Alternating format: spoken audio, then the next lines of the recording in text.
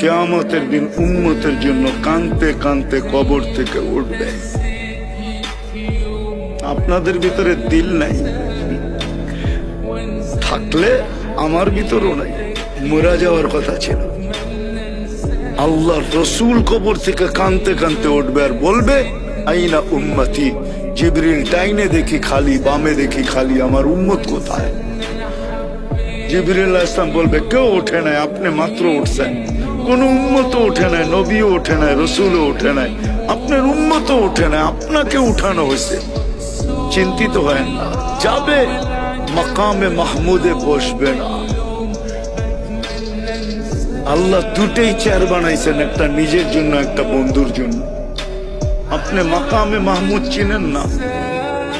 উম্মত তো আজকে ইউনিয়ন পরিষদের চেয়ার পাওয়ার জন্য জান দিতে 100-র ভিতরে 90 না 99 জন প্রস্তুত। যে চান চায় যাক, কিন্তু ইউনিয়ন পরিষদের চেয়ার পাইতে হবে।